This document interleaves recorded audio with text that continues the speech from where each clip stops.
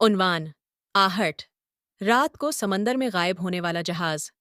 समंदर की गहराइयों में रात के सुनाटे में हर चीज प्रस्कून और खामोश नजर आती थी। लेकिन उस रात कुछ अलग हो गया था एक बड़ा जहाज जिसका नाम शाहीन था, अपनी मंजिल की तरफ रवां दवां था। ये जहाज पुराने वक्तों का था और उसकी लकड़ी की दीवारें हुआ के तेज झोंकों से चरचराती थीं। मुसाफिर और अमला सभी अपने अपने कामों में मसरूफ थे। किसी को कोई फिक्र न थी। लेकिन आसमान पर बादलों का झुंड उमड़ रहा था और हवा की तेज हुआ हो रही थी। होती रफ्तारी से मालूम हो रहा था कि कुछ बुरा होने वाला है। रात का वक्त करीब आया और समंदर के अंधेरे में वो जहाज धीरे धीरे गुम होने लगा। अमला के कुछ हैं अफराद ने महसूस किया कि समंदर में कुछ अजीब सा है, लेकिन उन्होंने उस पर ज्यादा गौर नहीं किया। लेकिन जैसे ही रात ने अपने पांव पसारे, जहाज में अजीब व गरीब आवाजें गूंजने लगें। पहले पहल अमला ने सोचा कि ये हुआ का शूर है, लेकिन जब वो आवाजें उनके करीब आने लगें तो खौफ ने उन्हें घेर लिया। ने महसूस किया कि कुछ गलत हो रहा है। रात के गहरे अंधेरे में समंदर का शोर बढ़ता जा रहा था, लेकिन उसके साथ साथ वो प्रासरार आवाजें भी जोर पकड़ रही थीं। कभी हंसने की आवाज, कभी किसी के रोने की और कभी किसी के कदमों की चाप। सब कुछ बेहद खौफनाक था। कप्तान ने अमले को उकठा किया और सबको हिदायत दी कि वो चौकस रहें और किसी भी गैर मामूली हरकत पर नजर रखें। लेकिन जैसे ही रात गुजरी, हालात मजीद खराब होते गए। एक कारकन ने बताया कि उसने जहाज के निचले हिस्से में किसी को देखा है, हालांकि वहां कोई नहीं जाना था। कप्तान ने जब खुद जाकर देखा तो वहां कुछ भी न था, लेकिन वो अजीब सी बू महसूस कर सकता था जो कि उसने पहले कभी न महसूस की थी।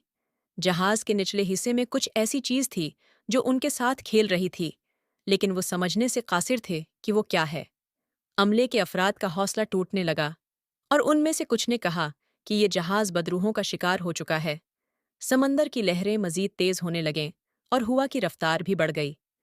जहाज के पुराने हुस्से जोर जोर से चढ़चढ़ाने लगे और ऐसा लगा कि वो किसी वक्त भी टूट सकता है। कप्तान ने जहाज को वापस मोड़ने का फैसला किया, लेकिन वो फैसला करने में बहुत देर कर चुका था।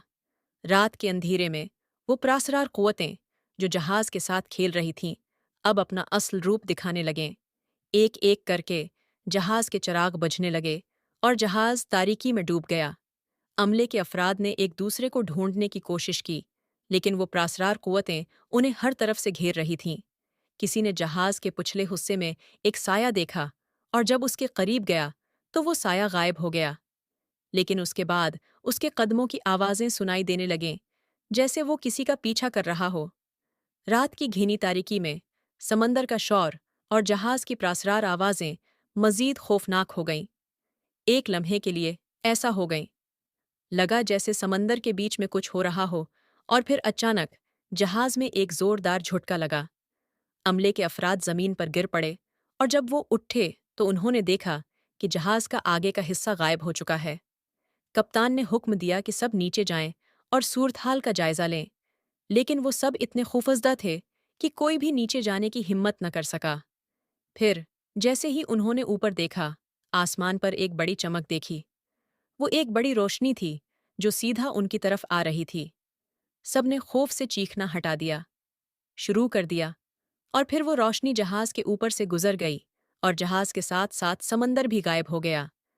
कप्तान और अमले के चंद अफराद समंदर के बीच में भटकने लगे। वो हैरान थे कि ये सब क्या हो रहा है। समंदर की गहराइयों में कोई आवाज नहीं थी, कोई जिंदगी का निशान नहीं था। फिर अचानक एक प्रासरार आवाज हो रही थी, गूंजी, तुम्हारी रूहें हमेशा के लिए इस समंदर की कैद में रहेंगी। कप्तान ने समझा कि वो किसी बदरूह का शिकार हो चुके हैं।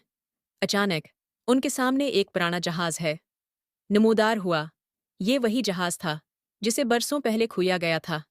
उस पर मिलाहों के ढांचे पड़े थे जो अब जिंदा न थे, लेकिन उनके चेहरों पर खौफ के आसार अभी तक हैं मौजूद थे। कप्तान ने महसूस किया कि वो भी इसी किस्मत का शिकार होने वाले हैं। कप्तान ने अमले के साथ मिलकर उस परासरार जगह से निकलने का मंसूबा बनाया।